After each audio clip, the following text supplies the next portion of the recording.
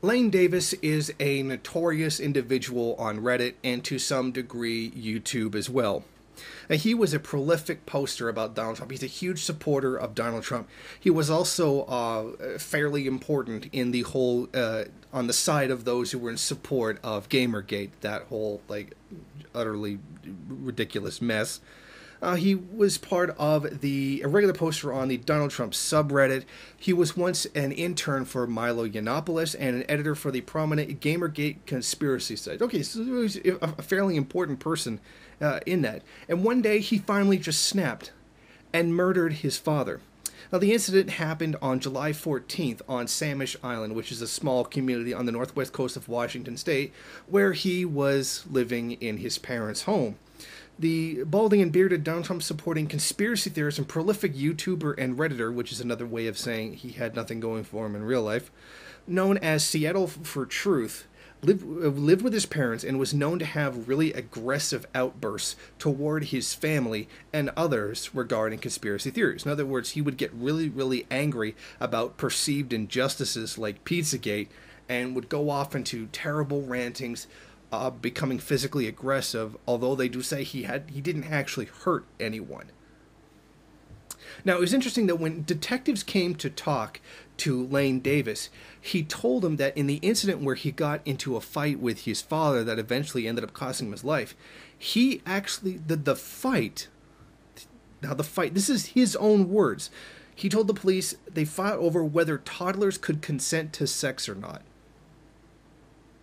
Now, I don't know whose side was on, who was on what side of that debate, but I think we can probably guess that.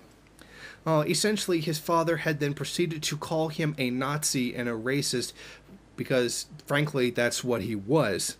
Somehow, this escalated into an incident where a knife was grabbed, and he ended up stabbing his father. During the incident, his mother had called 911 and then hung up, and then called back saying, he's dead, he's dead, he's dead. So the son did murder the father for calling him a Nazi and a racist. Now he is being held on a $1 million bail and is being represented by a public defender, also known as socialism, that he opposes. Now Lane has pleaded not guilty to first-degree murder.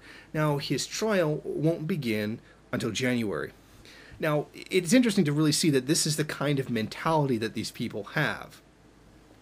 They're full of so much anger at things that they feel are injustices that have been committed against them. Oh, you criticized video games for something. Now I'm a huge victim and I have to go on this whole crusade against people who disagree with me on video games and create the whole Gamergate conspiracy nonsense. And this goes into a lot of the other conspiracy theories that he held as well. And this comes from people who don't know how to criticize structures. They don't understand how social and economic structures work. Thus, when they don't go the way that they want them to, they allege some kind of outside force that's interfering with it, because there can be nothing inherently wrong with the system if they even have an understanding of how the system works.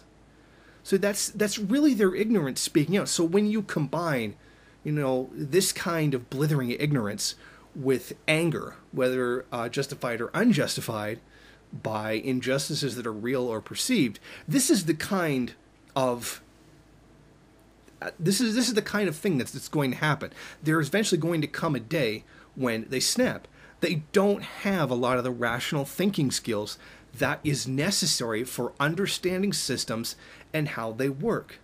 And this is a larger problem in the U.S. than it is in many other countries around the world. I would also note that when this guy finally snapped, who did he kill? He killed one of his own parents. I mean, perhaps the only possible bright side of this is that he didn't end up going on a shooting spree in public and killing, God knows how many innocent people. This time there was really only a single loss of life.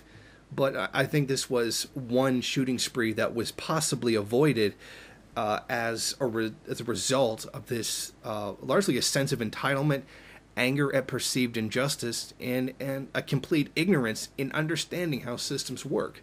And this is a kind of thing that we're going to be seeing more of. I mean, we've already been seeing more of it. We still see on a daily basis more and more shootings or mass killings that happen in the U.S. And this is the kind of thing that largely stands behind them. Thank you for watching. If you like this program, then please head over to my Patreon page and set up a monthly donation. It's your donations that keep this program running. Also, if you would like, please rate, comment, subscribe, and share in various social media.